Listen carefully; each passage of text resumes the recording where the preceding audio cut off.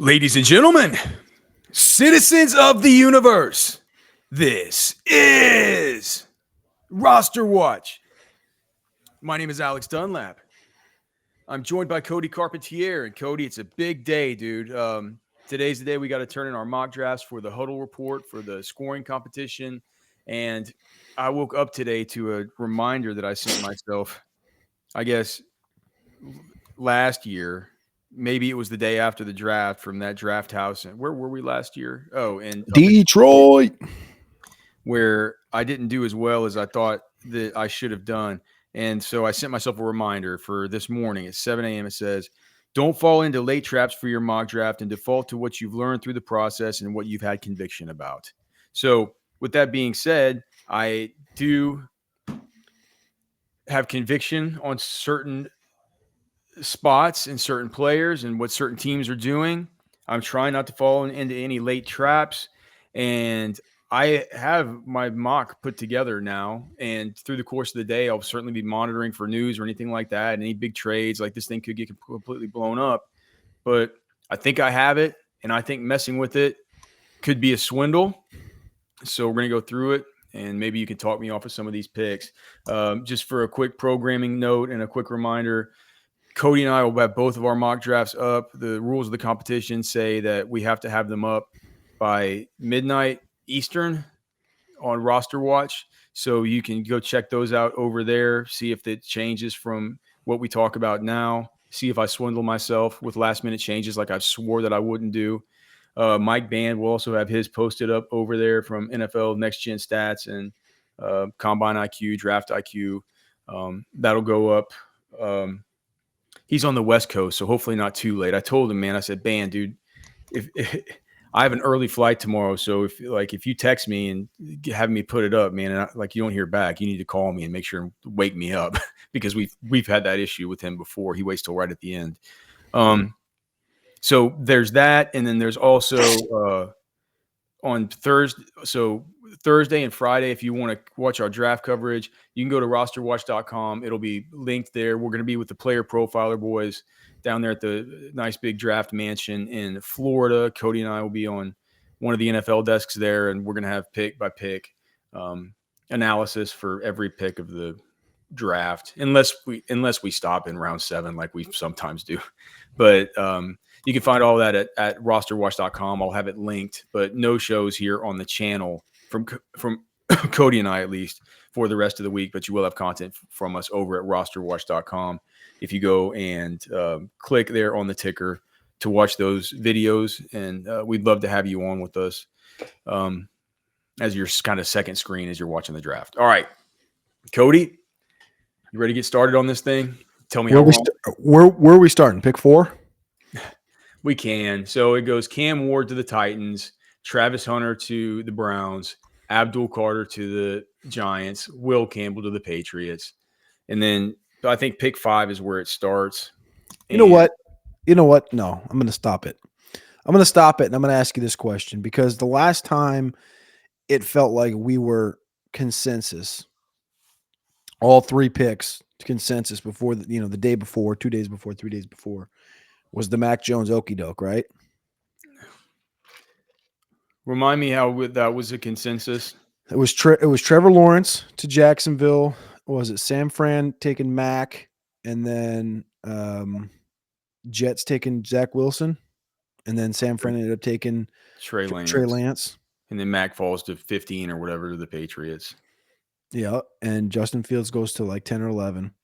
So I know those are quarterbacks and stuff, but this is, viewed as what it's viewed as. Is there any chance in your heart of hearts that you think – I think the thing would be is if Abdul was number 2, right, not Travis.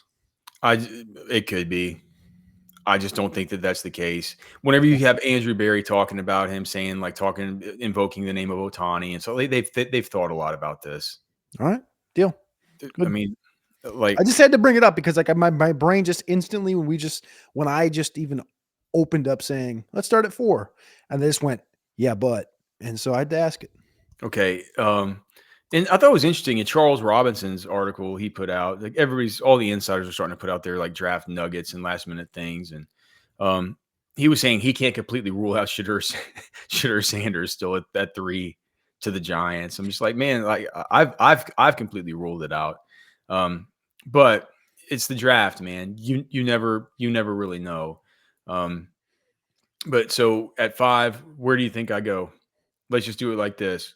What would you pick? I'm leaning towards Ashton Jeanty right now, 5th overall to the Jacksonville Jaguars. That's where I'm going as well, and it feels like that's kind of become the consensus. Uh, man, even McShay, who was talking about, Ted McMillan being in consideration there, has even started to crawfish this thing and talk about Genty. So I think that it only makes more sense. We've litigated that here on the show about how the minute that we heard that it's going to be an offensive playmaker, you said to yourself, okay, well, who are the blue chip offensive playmakers that are going to be available? Like, oh yeah, Ashton Genty, and oh yeah, Schefter has said that Travis Etienne is going to be basically, he's known to be made available for in draft trades. So he'll be drafted. He'll be traded on day 3 almost assuredly if they take Ashton Jeanty here.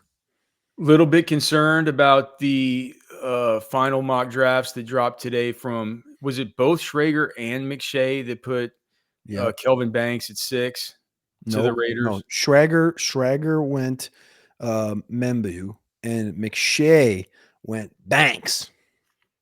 McShay didn't even like Banks. I know. That's the thing. So his write-up, he said, we're not going to share all of McShay stuff because you got to go over to the McShay report and get it. But I'll read this one because we love Calvin. He said, many rate Armand Membu higher, but Raiders GM John Spytek and part owner Tom Brady, who's very much involved in the decision, are big on culture. And Alex can speak to this, but Banks is one of the highest character players in the draft. He would immediately compete for the starting job at right tackle or guard. Colton Miller is at left tackle, entering the final year of his contract. So this pick would represent a short-term upgrade with a long-term flexibility built in. You mentioned Spytek and you mentioned Spytek and Tom Brady. What do those two men have in common? Mr. Michigan. Michigan men. They're Michiganders, as they call each other.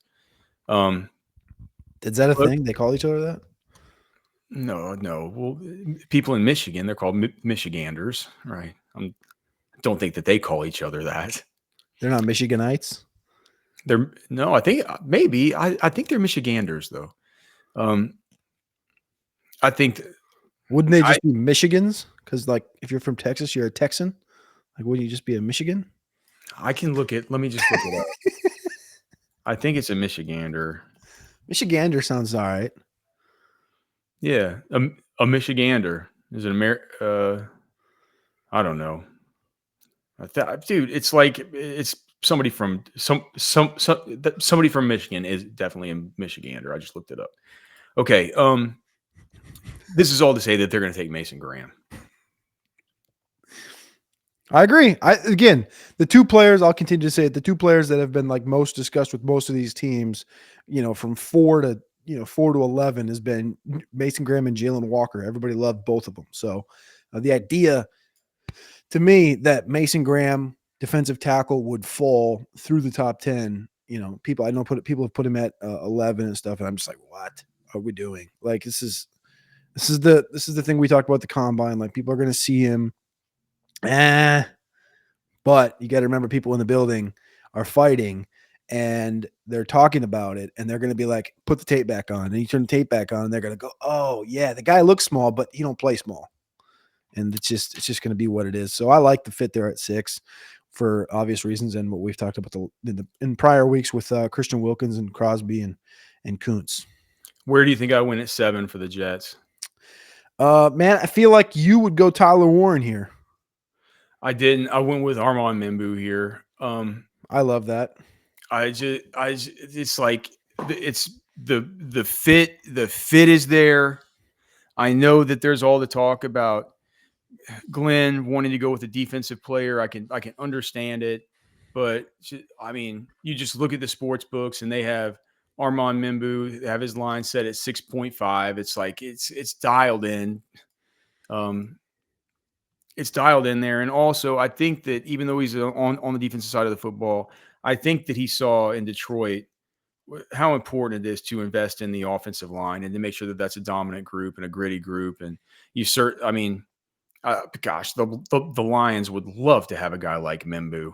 Yeah. You know, it seems so. Um, that's where I went for the Jets. Okay, next one up, 8. You know where I went with 8 with the Panthers. It's what I've thought the whole time, even before. Maybe it's always been in vogue, but I've thought this ever since having a conversation with somebody who is close to somebody on the team, and Mhm. that's Jalen Walker. That like they feels like they've had Jalen Walker circled this whole time. I'm yes, I do think the Ted Earl McMillan thing still should have legs. Probably Are you does. seriously considering putting Tet there in your mock? Correct. I am. I'm seriously considering it because, like I said, we've talked about this in a couple of different shows, but I get the idea that Carolina needs to go defense with every single pick because they've been focused so much on offense the last couple of years, and they should go defense in every pick, but one. And the but one is a receiver. It should be at 57 with Noel or Higgins if they're there, or it should be right here. You know, even though I disagree with Ted Roa, the idea that he's a first round top 10 guy, this would still be, I think, a proper selection here for the Panthers to go Tet. So I wouldn't rule this out. I think that one of the 3 directions this pick lands is either Jalen Walker because it's been the chalkiest chalk of the chalk, or it's Tet. I don't know why the fan just turned on in here. That was crazy. Or it's Tet and or Mason Graham if Mason Graham falls. Okay. I think putting Tet there in your mock is mock draft suicide. The at number 9 All right, to I'm gonna write that down. number 9, the Saints. Yeah, I have a lot of conviction about that. I think it's bad. Um, they need deep. I don't know. Maybe it could be the one thing that differentiates you because everybody has Jalen Walker there. But to me, it feels like a layup. If Jalen Walker's there, he could. I mean, he could easily go at 6. That's the thing. That's the thing. What's more likely that Jalen Walker goes 6 or 7? He could go 7. And then if Mason Graham and Jalen Walker are both gone, then it's like, okay, do we go Membu or do we go Tet? And it's like, well, I think then you get that's your Tet win. Well, what about Michael? Production. No, all right. So number 9, I have. Wait, what'd you do at 8? You went Jalen, right? Yeah. What do you think at 9? The Saints. Yeah. Shamar Stewart.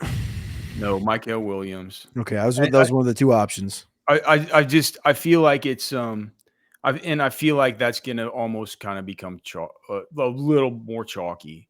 At first, I thought this is an interesting pick here that I think could be a little bit different from what others are thinking. But then I think McShay and Schrager today in their final mocks both had Michael in this spot, and both mentioned the Cam Jordan thing. So that's and what the Cam Jordan thing is, it's like I think he's gonna be 35.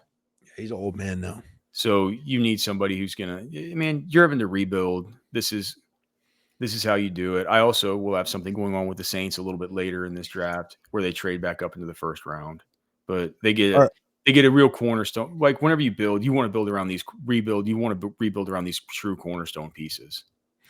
All right, so we're at pick 10 with the Bears now, and you're gonna start figuring out who's off. You got to start figuring out who's off the board, who's available. Well, I know. I got my sheet up. I'm tracking. All right. I think you're going to go, gosh, you're going to go. I would go Kelvin Banks here. That's where I'm leaning right now, but I think you're going to go Tyler Warren. Yeah, I'm going Tyler Warren here. It's a I'll mix. tell you one thing. I know you can go on. Sorry, I don't want to interrupt you, but somebody had I think Penn State posted it with the jersey fit thing. So they take like a picture of Tyler Warren and then they have all the NFL jerseys. They did like one of those like GIFs where it's like all 32 jerseys popped up on him, like a video.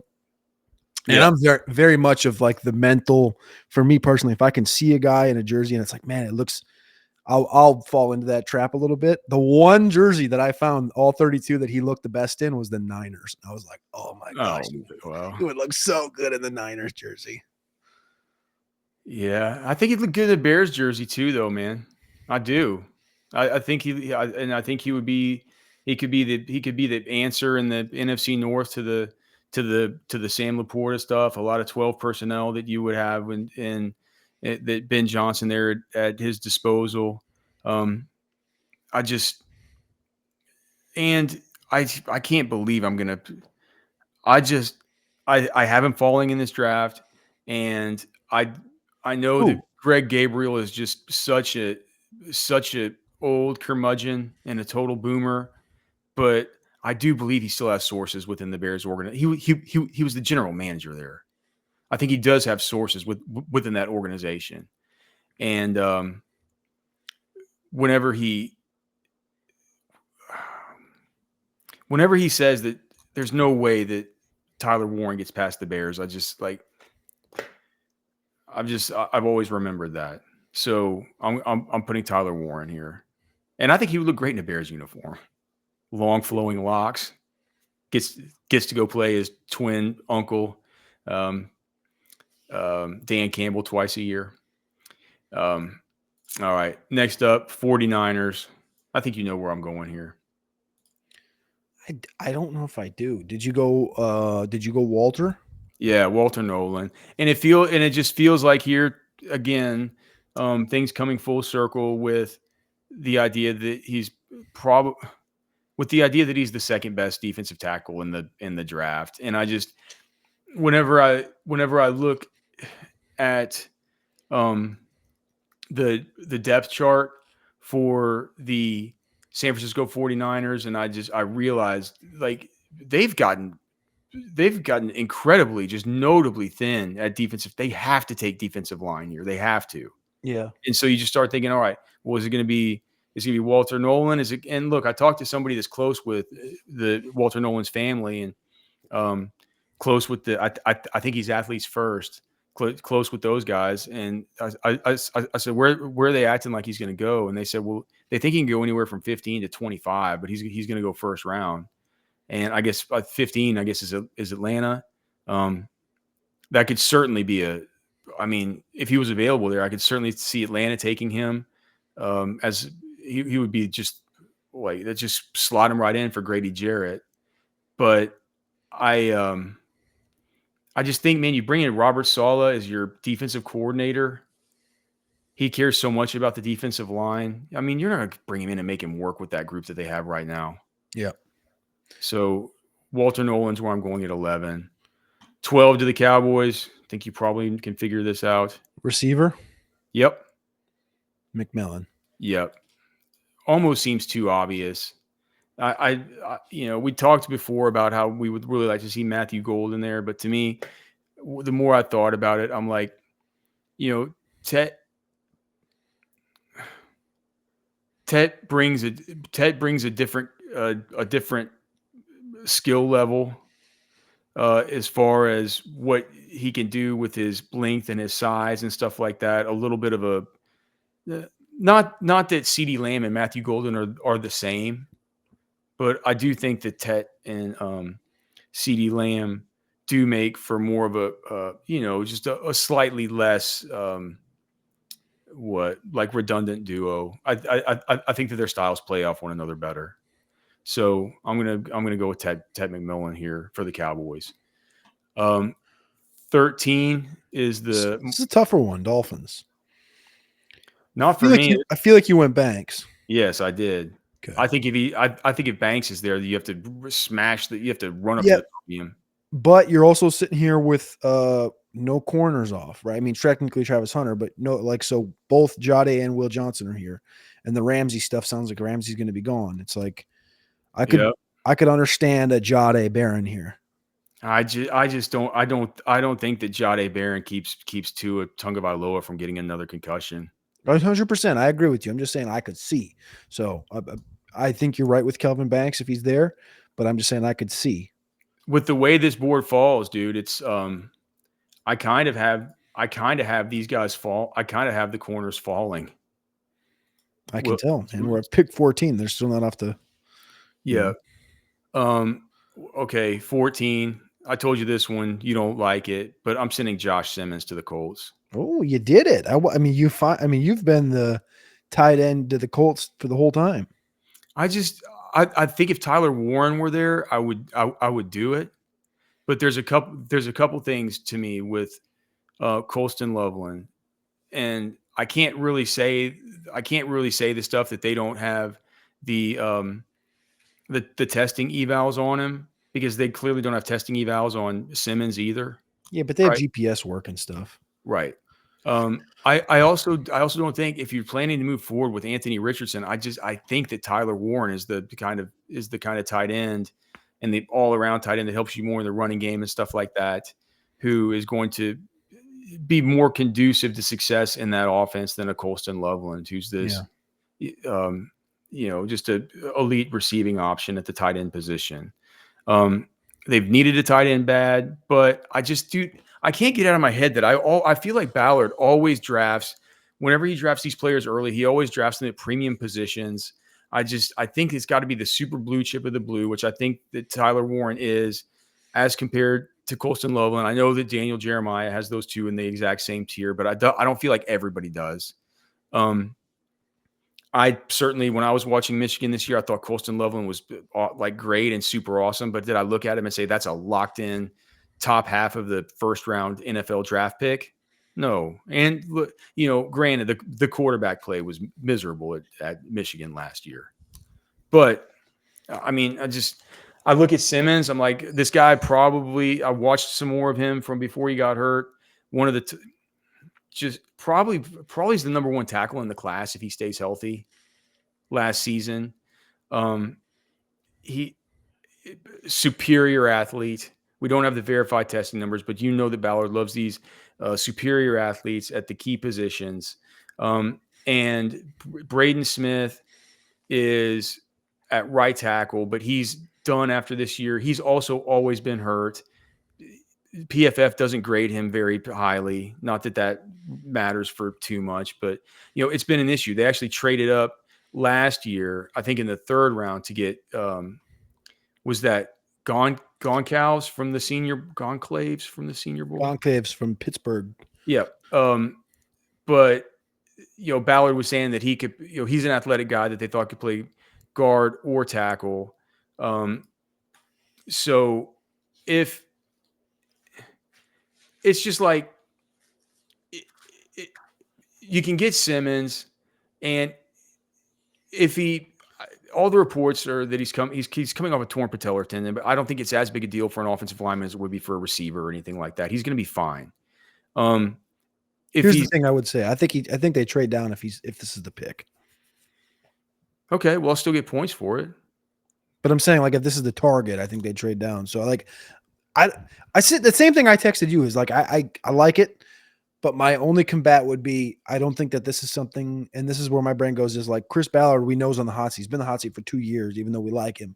And like a left tackle coming off a patellar tear with some question marks in the locker room does not guarantee you anything during the season.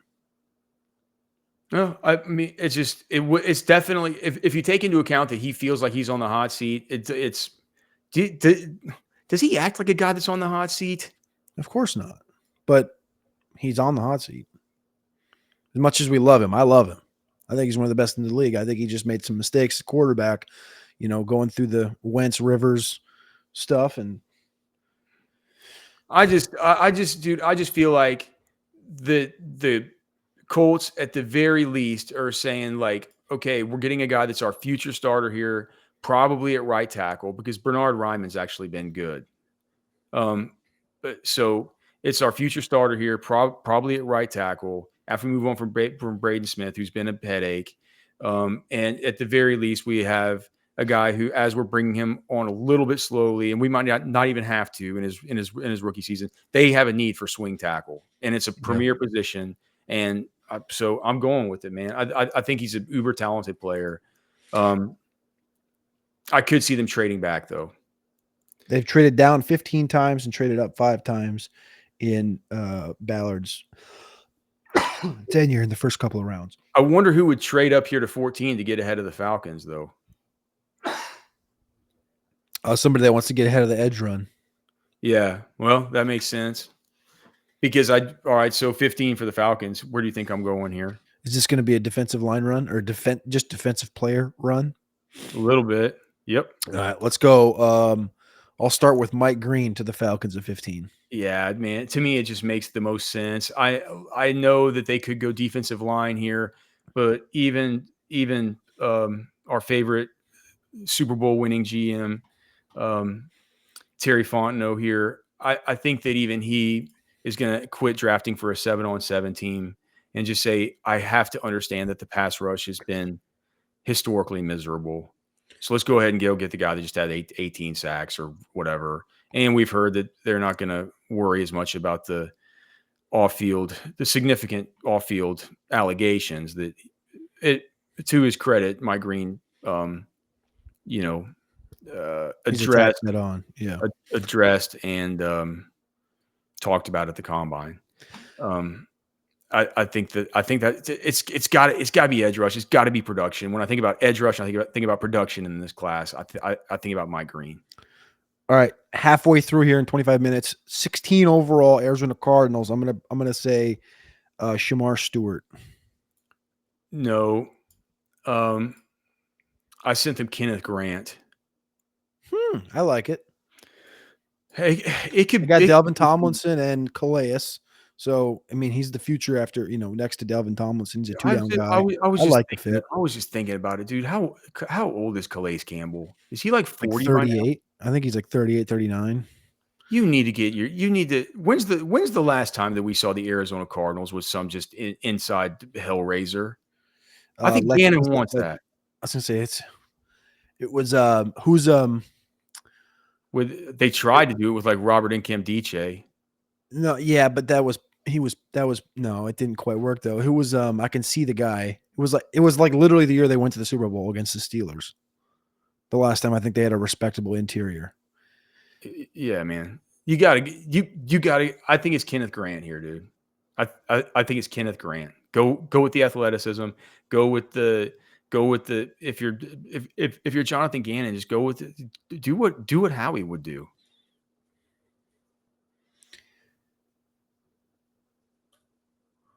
I think that's a good pick. I'm trying to think of who that damn D tackle was. You're not gonna think of it. Okay, 17 Bengals.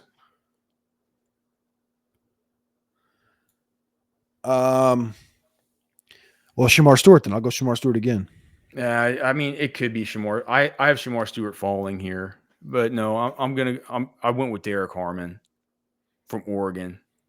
Well, we've heard some stuff about him potentially falling. I don't really understand why. I don't know if that's injury or if it's off field or not. But to me, he just brings he brings the interior presence, and he also brings some rush juice. It's like you're getting a little bit of you're getting a little bit of everything here to help on the defense. It just needs a whole lot of help. He's a very solid player, man. I don't think Bengals fans are going to be angry with that. they loved having Geno Atkins, and he wasn't a big name. He was just a hard ass defender. So I like that. Seahawks at 18. A lot of directions they could go here with Matthew Golden being available, corners available. They haven't drafted a guard in the first 3 rounds since 2010. They traded down 6 times in the first round under John Schneider. 4 of 12 first round picks have been tackle under Schneider as well. I think you go offensive line here. But if you look at that data, it's not going to be Gray Zabel. That's who I'm sending them. That's what I thought. They need it. He's the perfect fit. Just take him. I can see Gray's dude. I can see Ballard taking Gray's able to just take over for Ryan Kelly. Just so because so much he'd been so much on the testing and stuff. Gray's able tested through the roof. I'm sending him to Seattle. Just the need is there. This is exactly the wheelhouse of where I always thought that he was going to fall. I've always said he's going to go top 20 type of player. I think it's perfect. And remember, so North Dakota State connection. You brought up Chris Ballard there. I know we're talking about the Seahawks here, but they drafted Joe Hag in 2016 from North Dakota State. They also had Carson Wentz from North Dakota State. So Gray Zabel, I bet they've sniffed around. That's probably going to be one of the guys they're considering because they have to consider offensive line with Indy. But Seattle at 18 takes Gray Zabel, according to Alex. 19 with the Bucks. I think you're going to go Jahad Campbell, linebacker. Yeah. They just have to. They don't even have another starter next to Levante David. So it's just wide. Is it really just wide open like that? They have Servassier. Servassier Dennis? Yeah. He's a little bit of a dog. Is that his last name? Servassier Dennis, I think. I think that's what it was. No, they don't even have another starter. They're going to take Jahad Campbell. Everybody says that it's like, I know it stinks. You have to go inside linebacker first round, but she's like, you got to do it. All right. Next up, Broncos at 20. Okay, on to 21. Omari Hampton went 20 to the Broncos, and 21. Okay. Here's where it could be bad. I'm sticking with my guns. I said I'm going to stick with my conviction. I think, dude, the Steelers need a quarterback. I think that Tomlin kind of likes Shedeur Sanders. I think if he falls to here, I don't think they would trade up for him. But I think they say, like, if he falls, we'll go ahead and take Shedeur. I agree. I think it's Pittsburgh, or it's a game of chicken between, the Giants or Browns to trade up. Question from it's a game. I know, and this is what we think, and this is what the research we've done has told us, but it's a game. Do you think that you give yourself better odds by just getting that Eagles pick out of there,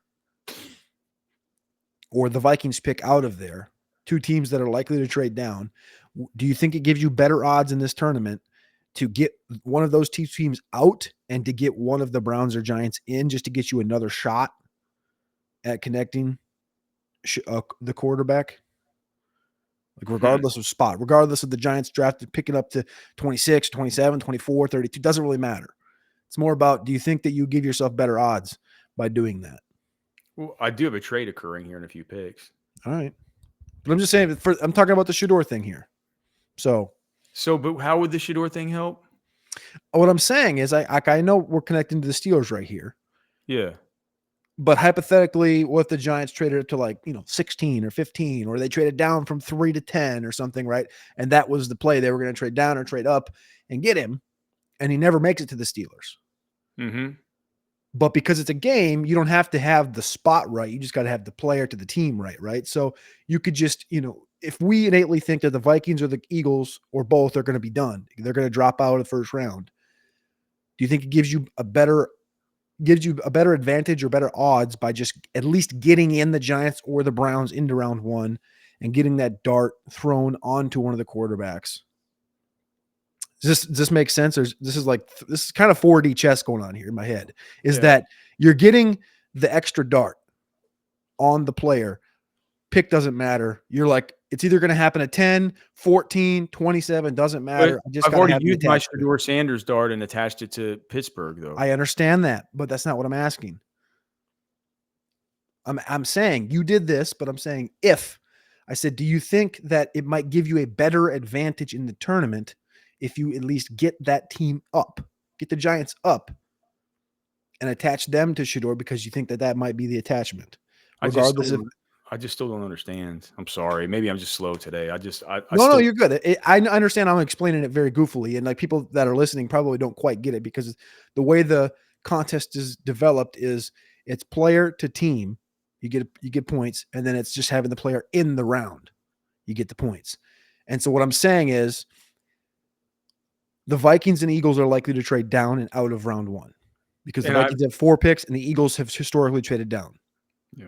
So we can assert the thought that potentially the Giants come up or the Browns come up. For who? If we do, it's for quarterback. Okay. Right? It doesn't matter if they trade up to 14 or 10 or 27, but you're getting them in, and they're taking the quarterback. Yes, but I'm going to have a trade up. Yeah, I think that's but it's not going to be either of those teams. So with the next pick here, I think so. Shadur to the Steelers with the next pick here to the Chargers. He's fallen too far, but I think you know who I'm going to pick here for the Chargers. Colston Loveland. Yeah, Colston Loveland, Michigan man. Maybe I'm relying on these Michigan man narratives too much here in this one. We discussed 23 yesterday. I'm sticking with it. Packers. All right, Packers are going to go Will Johnson. I'm sending him Jade Barron. Oh, Jade's still there. Oh, crap. Yeah. Good call. Yeah, I'm going to send him Jade Barron. I feel like he's fallen too far in this thing, and we talked about it yesterday. They passed on Cooper DeJean. Probably shouldn't have. I forgot who they took. Who did they take instead of him?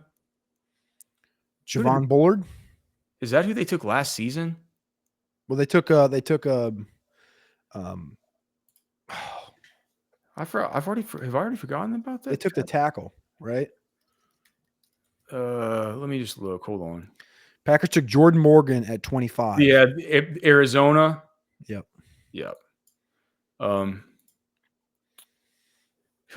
Okay. So I haven't taken Jade Barron. Okay, pick 24. So I have the Saints trading up here with the Vikings. The Vikings only have 4 picks in this draft. And if you look at 24 on the Jimmy Johnson trade chart, at least, it is set. It's 740 is the value here for this pick. If you look at New Orleans picks, they have number 40, which is worth 500, and number 71, which is worth 235. So that's 740 versus 735. I think that's a fair deal. I think. What do you think? I mean, you've been a Minnesota fan since you were a little kid. Like, do you think that they would take that? Yeah, I think they'll move down. I think they'll move down, take something, and the Saints on the opposite side have traded up 6 times in the last 10 years. So I could 100% see this happening. So it's like everything lines up, and it also lines up with the fact that we've heard from Schefter and Underhill that the Saints prefer Jackson Dart anyway. And so here's the cool thing is that you have I know people have attached quarterback to them at 9. It's like they could, there's actually quarterback at 9, right? There's a universe out there, and I know the Saints wouldn't trade back up to get like a Michael Williams, but there's a universe out there where Dart could go 9 and Michael could go 24 type of a situation. Yeah. There's a universe. There's, I'm not saying it's going to happen, but there's. So I got the Saints going there, doing that. 25 Texans. Where do you think I ended up? Interior offensive line. Yep. Booker? Sticking with my conviction. Booker or Donovan Jackson? Booker. Okay. Tyler Booker. Look, D'Amico Ryans loves Alabama. They love they love the Will Anderson stuff. Casario loves the Will Anderson stuff. But I just think it's this, he won like the Mr. All-American culture guy battle of this draft. And this is a team that hated their offensive line, the culture of that room so much that they shipped off Laramie Tunsil and Kenyon Green. I think it's a perfect pick here. Rams at 26.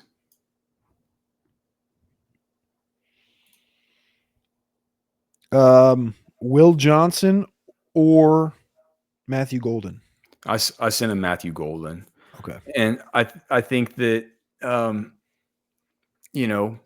I can't get it out of my head. Like I was thinking of Texas Pro Day. I'm like, who is Les Snead here to see?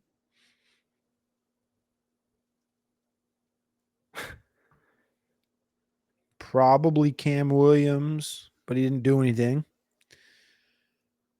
Quinn and Golden. Right. Golden. Maybe Gunnar Helm. Right. Well, but typically. But the GM's also not going to fly across the sea. GMs don't take one-off trips to go see fourth round guys. It's probably Quinn and Golden, yeah. I think Golden fits really nicely there for what for what they can do. We haven't seen him be used with that 4.29 speed as a clear out guy for guys like Devontae Adams and Puka Nacua, but man, they run a lot of 11 personnel. They lost DeMarcus Robinson, didn't they? Yeah. Yeah. And doing my research, I think that I think Matthew Golden, he probably goes earlier than this, but I think it's a culture fit too. Matt Golden's a great guy. They already have Whittington there. Not that they played together, but anyway. So yeah, I'll be sending Matthew Golden here from Texas to the Rams. All right, Ravens at 27. Ezeraku. No, James Pierce. No, I'm going with the Harrison stuff that we talked about yesterday. Oh. Adding speed to the cornerback. Adding speed on speed whenever you're talking about those corners. All right, Shamar Stewart then to the Lions. Shamar Stewart to the Lions. Yep. And I feel like they're gonna feel like they're gonna feel like they just robbed the bank, dude. They're gonna be smiling like the cat that just ate the canary. 29. I think we talked about Ezeraku yesterday to the Commanders, so I'm going to go Ezeraku to the Commanders. Yep, and I love it even more after the McShay report today sent out something. One of his little tidbits was that he said call it a hunch or call it a little birdie, but I feel really good about this one. So McShay. All right, Bills at 30 then. Yeah. Well, all the Bills people I talk to want D tackle here. The problem is there's not really a clear D tackle. Nope. Not going receiver. Will Johnson. Yep. Oh, yes. I mean, that was tough. I was like, gosh, makes a ton of sense, right? God, that was a tough one. I like that. So that's where we're going to go there with them. Will Johnson falls, and I think it's fine to say that he falls. Okay, last two Chiefs. James Pierce. No. Donovan Jackson. Yeah, again, man, like it's another one. I'm not getting away from it. I'm not. They need offensive line help, and they need versatile offensive line help. They can't lose a Super Bowl again because of the offensive line. They can't do it. They got to fix it. Tell me that that's not just scarred into their mindsets at this point. Of course it is. And Tooney was a versatile guy. Donovan Jackson is going to be that. All right. You going to get us out of here on this Eagles pick at 32? Yeah. Look, man, here's the thing. I know that they probably need to help with replenishing some along the defensive line, but you've said, and this could be an easy trade out spot, right? But you've said it best. They don't really have a hellraiser defensive tackle here that you could take that you probably couldn't take a little bit later. So I think that trading out's a distinct possibility. But if they're here and they're picking, you got Cooper DeJean last year that gives you some nickel / corner / safety versatility. Tell me that you couldn't just completely nuclearize the back end of that defense, especially after losing CJ, right? By going back to the well, going ahead and taking a guy that's going to be at the NFL draft in attendance, go right back down there to the University of Georgia, get another one of them dogs, and go with Malachi Starks.